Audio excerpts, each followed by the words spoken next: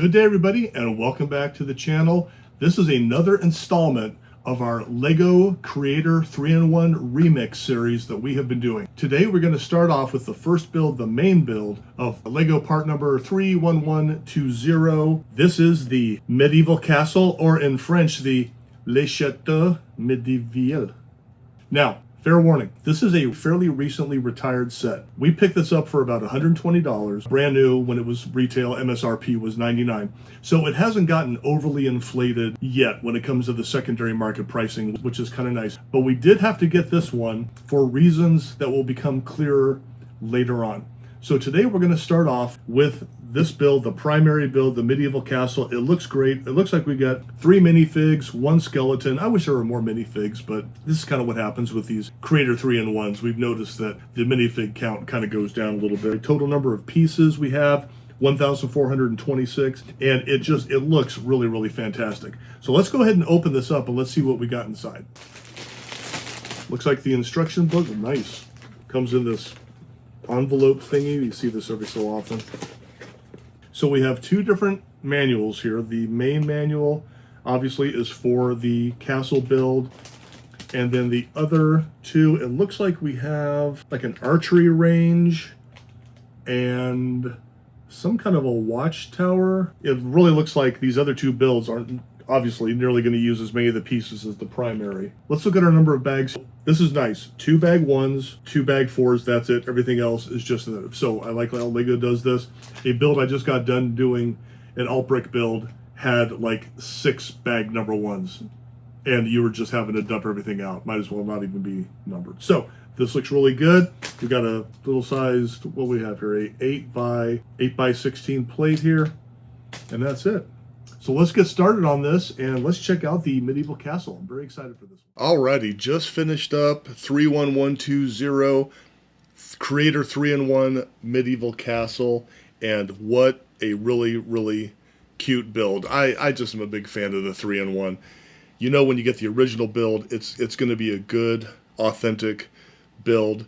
You do see some of the compromises that have to be made in order to make the other 2 builds, but it's just really satisfying to look at, and it's so cool. It is hinged, so you can either display it like this, or I can bring it in like that, and it will connect over here. I'll show you that up when I show you the up close here in a second. Let's take a look at the minifigs first. They are good, not great. You get 3 of them. The printing is nice. You get printing on the legs too. You get a male face, that's him right there with a cool little beard and a helmet, carrying a bow and arrow. And you get a female face over here with the exact same body, same legs, same top. She's got a cool little shield and a spear or a pike, I guess. And then you get this guy, I'm not sure what he's supposed to be, kind of a worker guy. Let's take a look at the back of him. The backs have minimal printing as well, just some little creases there. The middle guy there has got like a belt or something. The helmets are nice. They don't blow me away. I would have liked to have more. Here is the build up close, and you can see it actually is technically in 3 different sections that all attach together with a little clip or something like that. Let me show you one here. Let's turn this around. So this part right here is hinged, and right here you have a little clip that attaches with the blue piece right there, and goes in. See if I can get it. There we go. So it makes it look nice and seamless. I mean, it's not a super strong bond right there, but it works good enough for what you're doing. We go ahead and attach the other side as well. We have the same thing. We have the clip on the main build right here, and the clip in the separate little building. And it's hinged also. It makes it a little tricky. There we go. Now, some cool features. You do have a functioning drawbridge. We have a little handle over here, and it can go all the way up. Super cool. And it actually locks in place, and I'll show you the backside in a minute. The front of this looks absolutely fantastic.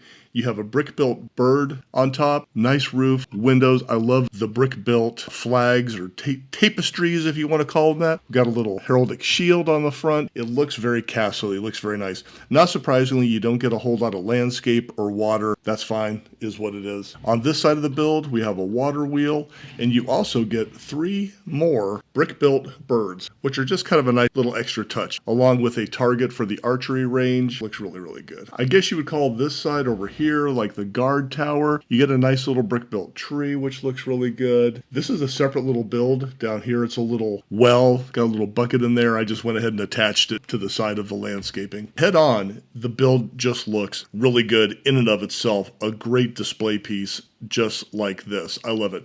Let's turn around, let's show you the interior. The interior details are somewhat lacking. You really don't get anything in the towers off to the side. Here's the little locking mechanism that controls the gate. You have to flip that up, and then you can put the gate back down. Takes a little urging. It can go back up again and back down.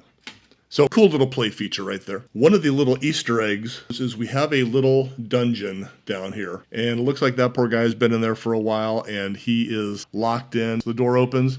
So there's our skeleton, our poor hapless soul lost in there. We have some fruit and a bread roll. There's the bread roll. Some fruit, again, a nice little roof line for that little area.